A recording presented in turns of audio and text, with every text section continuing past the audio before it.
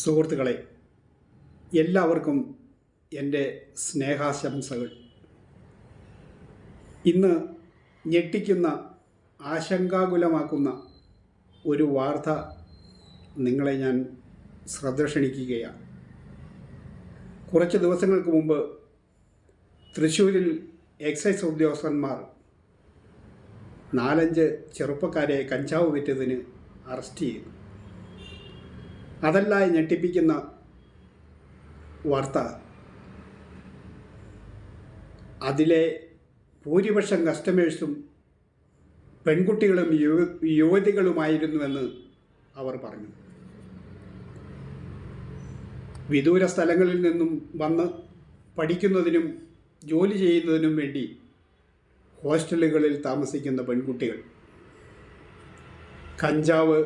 കഞ്ചാവ് ബീഡി, കഞ്ചാവ് സിഗരറ്റ് എന്നിവയാണ് അവർക്ക് നൽകിയിരുന്ന വിഭവങ്ങൾ. അതിന് പ്രത്യേക കോഡ് ഭാഷകളുണ്ടായിരുന്നു. സ്ഥലങ്ങൾക്ക് പ്രത്യേക കോഡ് നാമങ്ങളുണ്ടായിരുന്നു. അങ്ങനെ പരസ്പരം ബന്ധപ്പെട്ടാണ് അവർ വിൽപ്പന നടത്തിയിരുന്നത്. കഞ്ചാവിന് ജോയിൻ്റ് എന്ന കോഡ് ഭാഷയാണ് അവർ ഉപയോഗിച്ചിരുന്നത്. അതുപോലെ തന്നെ ഒഴിവ് ദിവസങ്ങളിൽ സംഘമായി വന്ന് വലിച്ച് ആസ്വദിക്കുന്നതിന് ഹോളുകളും വീടുകളും അവർ അറേഞ്ച് ചെയ്തു കൊടുത്തിരുന്നു എന്നത് ഭീതിജനകമാണ്. എന്താണ് നമ്മുടെ കുട്ടികൾ ഇങ്ങനെ വഴിതെറ്റിപ്പോകുന്നത് എന്ന് ചിന്തിക്കേണ്ട സമയം അതിക്രമിച്ചിരിക്കുകയാണ്. ഒരുപക്ഷെ വീടുകളിൽ നിന്നും അവർക്ക് സുഖവും സന്തോഷവും ലഭിക്കാത്തതുകൊണ്ടാകാം, അല്ലെങ്കിൽ വീണ് കിട്ടിയ സ്വാതന്ത്ര്യം തിമിർത്താഘോഷിക്കുക എന്ന ലക്ഷ്യമാവാം.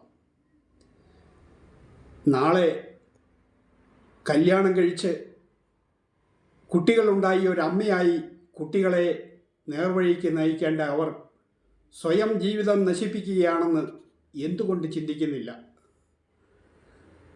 പെൺകുട്ടികളിൽ വരുന്ന ഭാവമാറ്റങ്ങൾ, ഇടപെടലുകളിൽ വരുന്ന വ്യത്യാസങ്ങൾ, സംസാരത്തിൽ വരുന്ന പൊരുത്തക്കേടുകൾ, ഇവയൊക്കെ അമ്മമാർ സസൂക്ഷ്മം ശ്രദ്ധിക്കേണ്ടതാണ്.